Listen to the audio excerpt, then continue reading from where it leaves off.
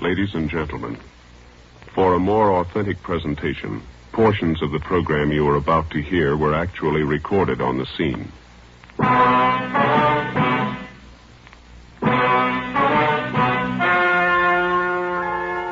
The story you are about to hear is true. Only the names have been changed to protect the innocent. Fatima Cigarettes, best of all long cigarettes, brings you Dragnet.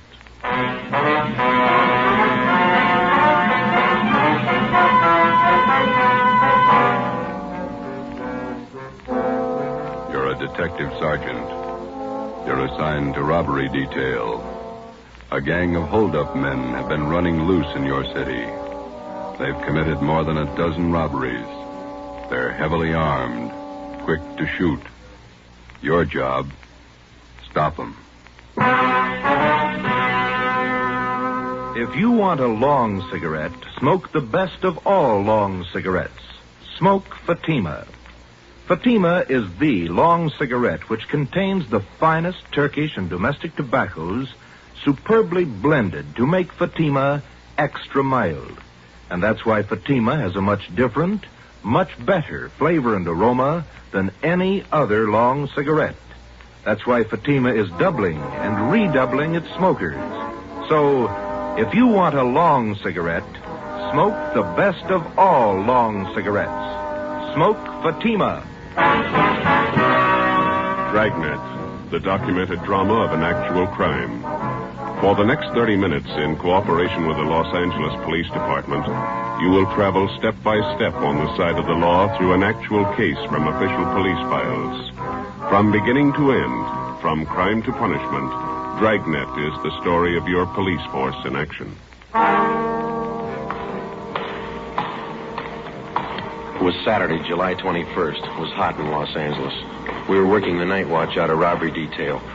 My partner's Ben Romero. The boss is Thad Brown, chief of detectives. My name's Friday. I was on the way back from the record bureau, and it was 6:55 p.m. when I got to room 27A. Robbery detail. Hi, Joe, you ready? Let's go. Where'll I dump this top coat? There. It's too hot out tonight for that. Yeah. The rest of the guys take off already? Yeah, we better hustle. How many men are working this thing tonight? Must be at least 50, covering every drugstore in the South Central area. Uh-huh. Which one did we draw? Naomi in South Alameda, Rex Pharmacy. Yeah. Parking lot across the street. We can cover the pharmacy from there. We better check out a Thompson from the business office first, huh? It's a good idea. We might as well be ready. They are. Who got the tip the gang was moving into the south end of town? It's Johnny Powers, one of his informants. Okay, here we are. Business office, Blair. Yeah, I'll take care of it. Thanks. Hey, Blair, do you want to check out a Thompson for us? Okay, Friday. Heavy duty? Yeah, kind of. There's a sign-out book. Thank you. There, you might as well give us a shotgun while you're at it, Blair. Okay. Check these out for an hour. Sounds like a busy night for you fellas. Maybe. Thompson's okay. So the shotgun. Want to sign up for the shotgun, too, Joe? Yeah, okay. One Thompson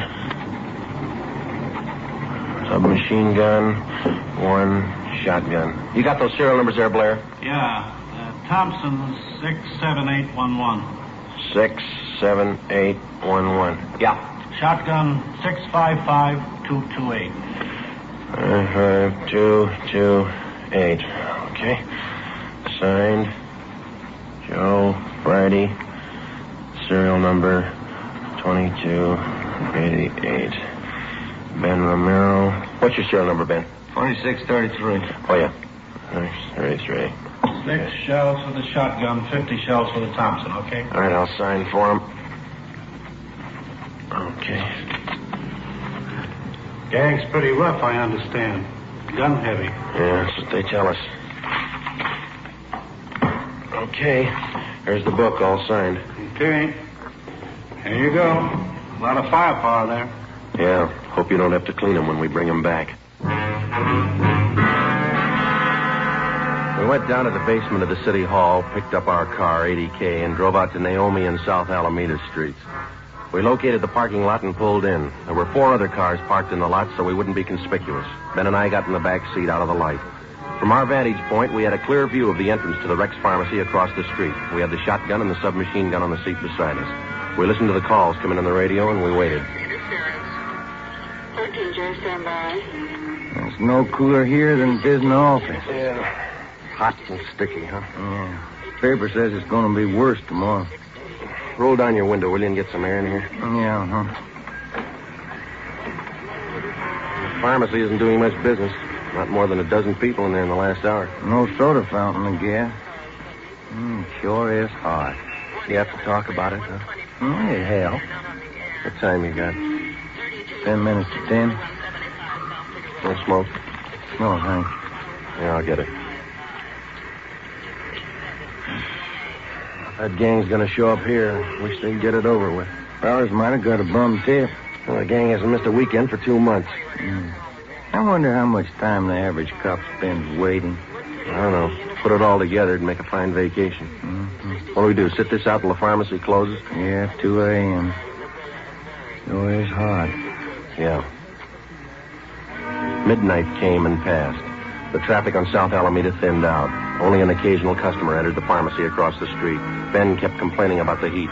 We waited. Well, that's it, Joe. There go the lights. Drugstore's closing. Yeah, guy's locking the doors. There he goes. We might as well shove off, too. Yeah, let's get in the front seat. There's not much call for this shotgun tonight. Well, there's no use checking it in. Same duty to mine, eh? Attention all units. All units in the vicinity of 8th Hill, on the corner of Hill and Geneva Alley, the 211 and shooting. Code 3. Hit the light. Yeah, come on, let's roll.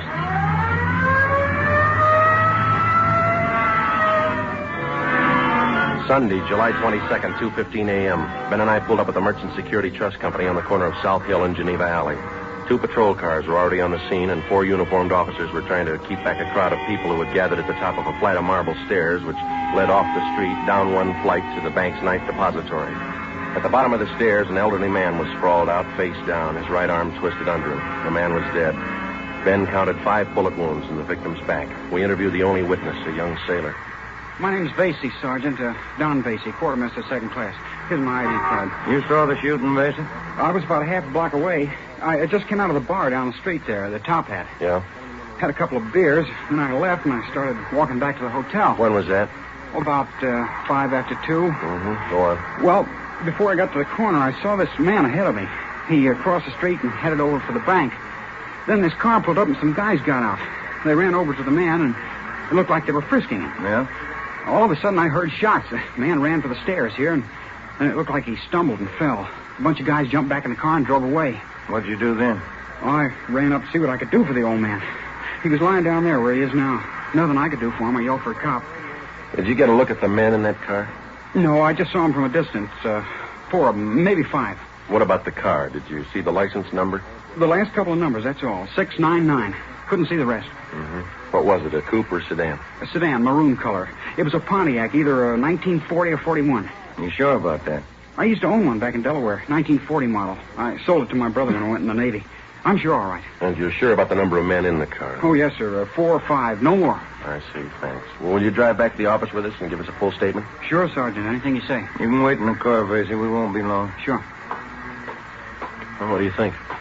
I don't know. Drugstore gang? Said there were 4 guys. Could be. No description. Maroon car. 3 numbers off the license plate. Pretty thin. Yeah, looks like a hard summer.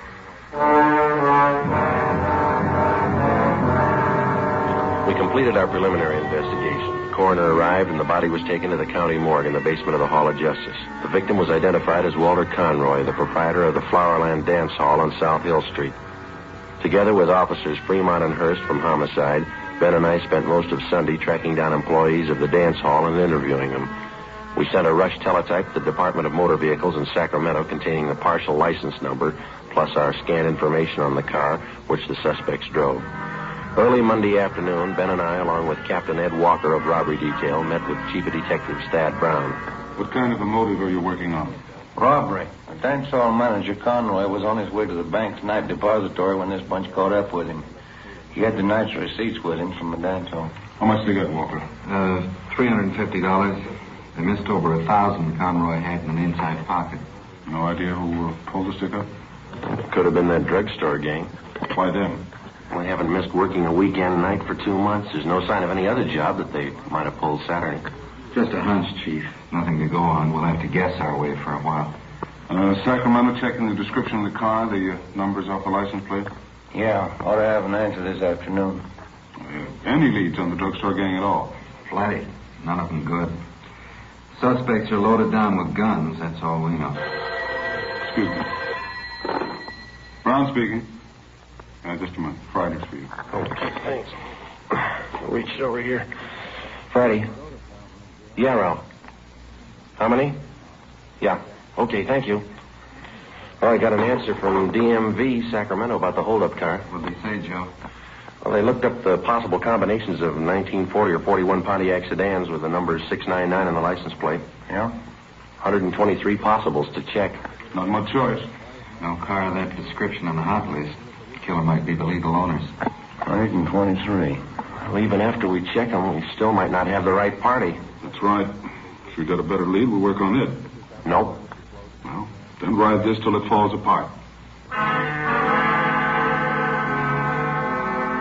For the next 13 days, Ben and I, Fremont and Hurst from homicide, plus a half a dozen other men, hacked away at the list of 123 car registrations, any one of which could have been issued to the holdup car.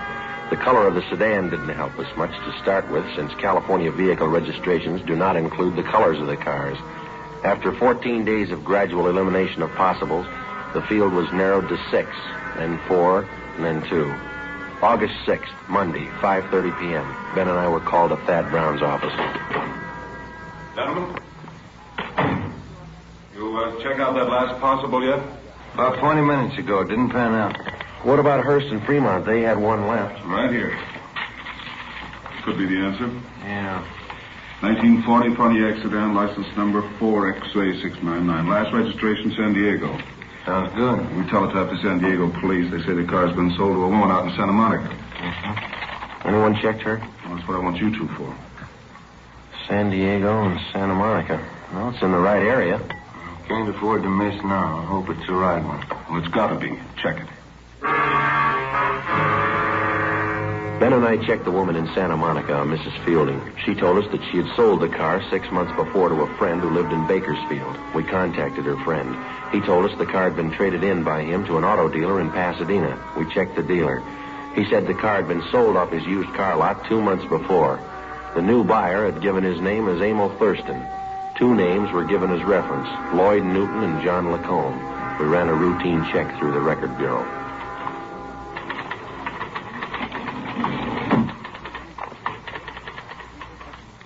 Ran them through, fellas. Here's the packages. Get a make for him? On all 3. What'd you find on Thurston? Let's see. Thurston, 2-time loser, second time up to Q on 5 counts of armed robbery. On parole from Quentin now. How about the other 2? Lacombe, let's see. Preston Reformatory, 2 terms, went up 3 years ago, violation of Dyer Act. He's on parole, too. What about Newton? Did you make him? 2 terms in Oklahoma. They're looking for him now, jump parole. Can I look at that just a minute, Frank? Sure. I have all 3 of them. Take a look, Ben. Each one of the mama sheets on these 3 guys. Yeah. Right here under General M.O., see? Mm-hmm. Thurston, heavily armed at time of arrest. Yeah. This one, Lacombe, right? Heavily armed. This one on Newton? Same thing. Gun happy. Yeah. Come on. At the time he purchased the car, suspect Emil Thurston listed his home address as 1517 North Hoover Avenue. Previous robbery victims positively identified Thurston and his companions. At 1517 North Hoover, the landlady also identified Thurston and his companions as tenants. She told us they drove a red sedan and they parked the car at a Temple Street garage. An immediate stakeout was placed on the apartment house, and we started the canvass of Temple Street garages from Hoover Avenue down to Rampart Boulevard. At 4 p.m., Ben spotted the car in Donnelly's garage on Temple Street near Michigan Drive. The garage attendant told us that the owner of the car had given his name as Emil Thurston. We showed him the mug shots. Yeah, used to park his car in here a while back. Then he came in yesterday morning with these two guys and said he wanted a paint job. Doesn't look like he needs a paint job to me. They offered me $20 extra if I do it in a hurry. He wants the car painted green. When's he going to call for the car? About 10 o'clock tonight. These jobs take time. He's not going to like it if the car's not finished. He won't like it if it is. Come on, Ben.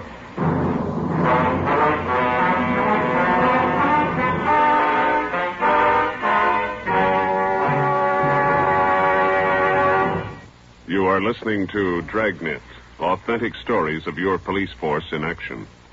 Now, here is an authentic report from Fatima Cigarettes. In 1949, Fatima doubled, tripled, and quadrupled its smokers. In 1950, enjoy Fatima yourself. You'll find Fatima extra mild. Because Fatima is the long cigarette which contains the finest Turkish and domestic tobacco superbly blended to make Fatima extra mild. You'll find Fatima tastes much better. Fatima's superb blend gives you a much different, much better flavor and aroma than any other long cigarette. You'll find Fatima tops in cigarette quality. Fatima has always stood for the best in cigarette quality. For a new year of greater smoking enjoyment, buy Fatima in the appealing golden yellow package. You'll agree, Fatima is the best of all long cigarettes.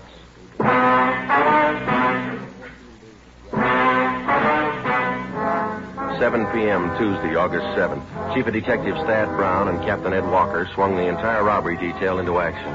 The stakeout at the apartment house on North Hoover continued. An additional detail of men was stationed in a vacant store on Temple Street directly opposite Donnelly's garage. Donnelly's garage was a small family outfit, and the only spot from which we could cover it thoroughly without being seen was from a large paint locker set up against the right wall.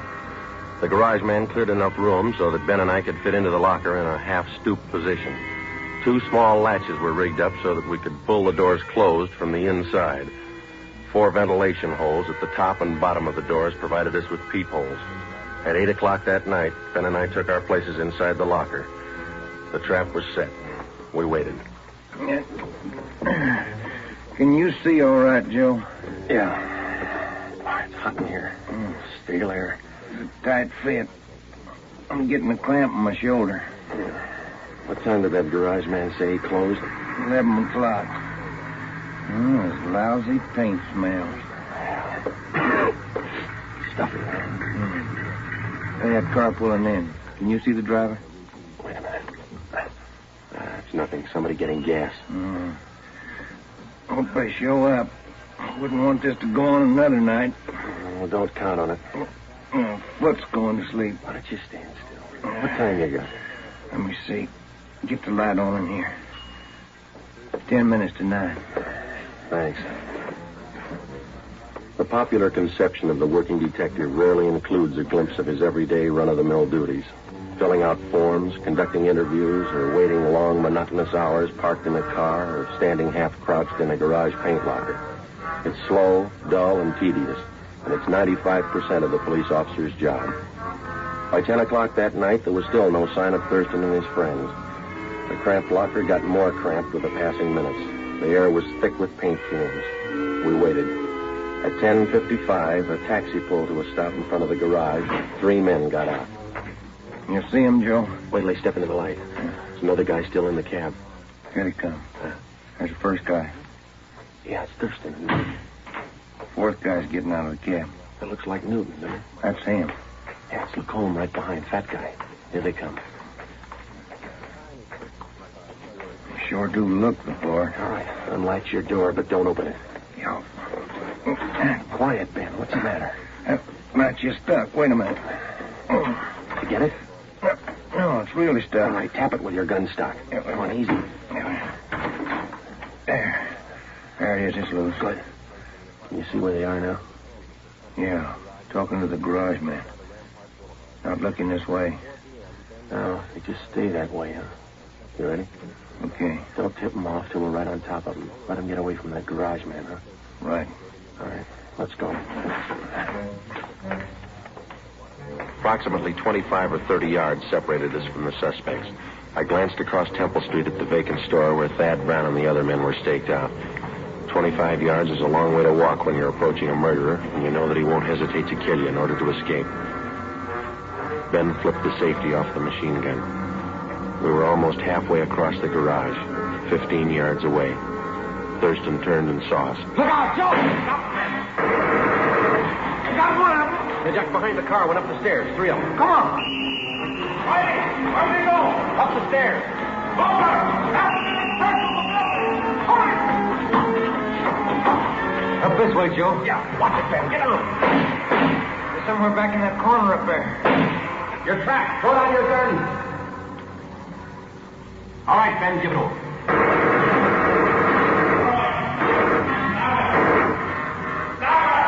Throw down your guns. Throw them down.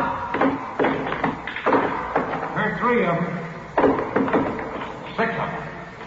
All right, now come on down with your hands behind your head. Cover me, Ben. I'll frisk them. Right. You up on the end. Get your hands in the back of your head. All right, stand still. All right, next one. Go on. Clean. All right, look home. Watch him, Joe. All right, you. Rest of you, stand back. Keep your hands up. You all right, Joe? Yeah. 2 more guns on him. All right, you two, hold it. Here comes the chief. Yeah, I'll get these guns together here. Lacombe. He's not much of a fighter. Not without a gun. The suspects were booked at different divisions to keep them separated. Emil Thurston and Lloyd Newton were taken to Hollenbeck Park and booked on suspicion of armed robbery and murder. John Lacombe was booked at Highland Park Jail on the same charges. The other suspect, who had been wounded in the escape attempt, was identified as Harold Steves, 19 years old. He was treated for a leg wound at Georgia Street Receiving Hospital and then transferred to the prison ward at the county hospital. During the next 2 days, each of the suspects was questioned individually. Thurston, Lacombe, and Newton would admit nothing. The 19-year-old Steves broke down and agreed to turn state's evidence. We took his statement to Chief of Detectives Thad Brown. Gentlemen, what did the boy tell you? Just about everything, boss. They pulled the drugstore holdups and they killed that dance hall owner, Walter Conroy. Which one of them? Well, the kid says Thurston shot him. He says Thurston's the gang leader. Good. You finally got a count on those guns you took off them? Yeah, 12 of them. Each one of them was ready to go, bullet in every chamber. Did you get a complaint from the DA's office yet? They were arraigned. Preliminary hearing set for Monday. Fine. You got them in jail, and I'll put them in prison. The apprehension of the criminal doesn't mean the end of a case for a police officer. He spends just as much time helping to convict the criminal after he's caught. Evidence must be gathered and authenticated and presented to the district attorney's office. If confessions are possible, they must be obtained and put in order. The officer must also help out in formulating the case and in testifying at the trial of the suspect. On October 30th, almost 3 months after the Thurston gang was apprehended, they were brought to trial in Superior Court. It was a routine affair. Harold Steves took the stand and told the story of the gang's activities. The victims identified the suspects and testified to the robberies. Both Ben and I took the stand and testified to the arrest and possession of guns by the defendants. We received no cross-examination. On the morning of March 2nd, the case went to the jury. Ben and I had lunch with Lieutenant Rombo from robbery in the City Hall cafeteria, and it was 5 minutes past 1 when we got back to the office. Oh, it sure was good soup today. Yeah, it was a nice lunch. You want to check the mail? I didn't yet. Oh, I'll get it. Robbery Friday. Yeah? When? Right. Lacombe and Thurston. They just broke jail. Within 7 minutes, a dragnet for the escaped criminals had been thrown around the entire city. Chief of Detectives Thad Brown directed the operation. At 14 minutes past 1, he called us to the photocopy room. The machines were turning out duplicate mugshots of Thurston and Lacombe for distribution at the rate of 1 every 4 seconds. You want us to stand by, Chief? For the moment, yeah. We got all the help we need on the street. How'd they pull the break, anyway? Slugged the deputy when he brought in their lunch. Used a steel leg from one of the benches in the prisoner's tank. Yeah? They beat the deputy right into the ground, but he held on to Newton. He didn't get away. How'd Thurston and Lacombe ever get out of the building? He's a real freak.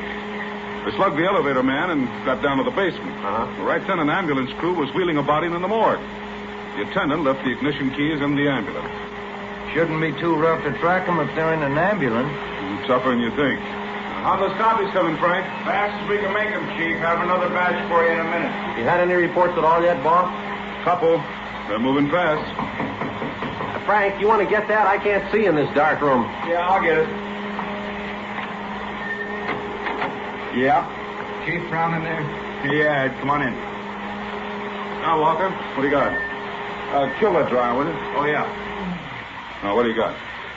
Gas station out on Sunset. Lacombe and Thurston just held it up.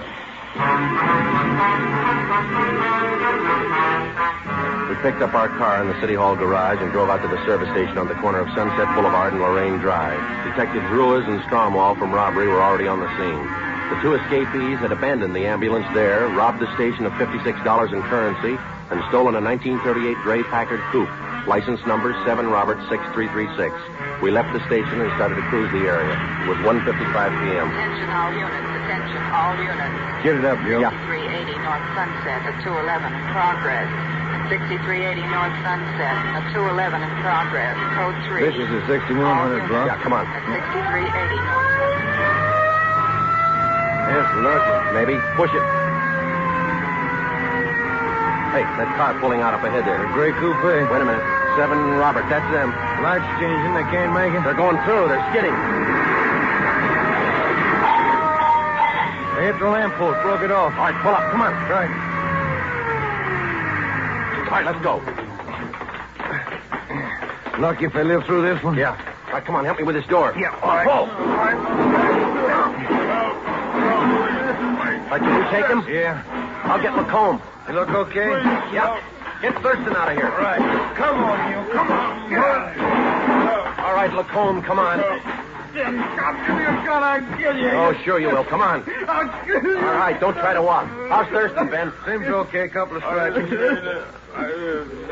All right, sit down over there. Lacombe slugged the guard. It's funny. They don't look very tough. They can't play their part. They haven't got their guns. The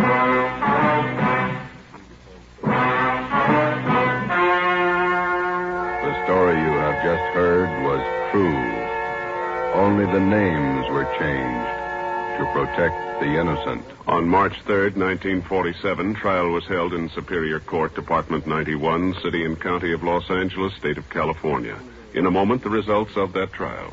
It's amazing how many long cigarette smokers are changing to Fatima. Here are the actual figures. New York Division. Fatima sales up 132%. Chicago Division. Fatima sales up 453%. Los Angeles Division. Fatima sales up 545%. Yes, in 1949, more and more smokers discovered that Fatima is the best of all long cigarettes. They found Fatima extra mild. They found Fatima has a much different, much better flavor. They found the name Fatima means the best in cigarette quality. In 1950, enjoy Fatima yourself. Best of all long cigarettes.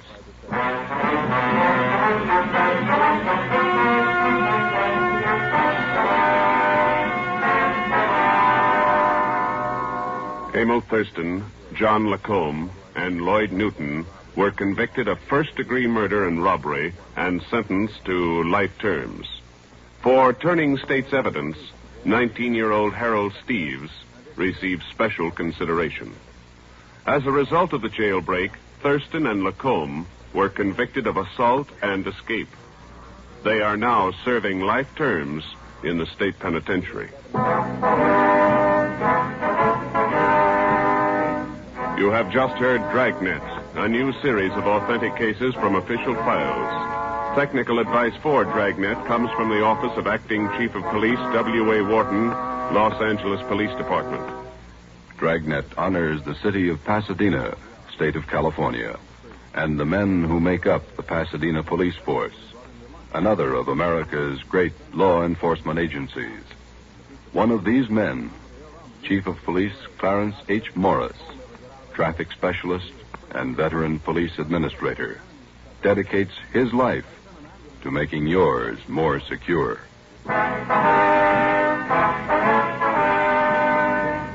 Fatima Cigarettes, the best of all long cigarettes, has brought you Dragnet, portion transcribed from Los Angeles. Be sure to hear songs by Morton Downey tonight on NBC.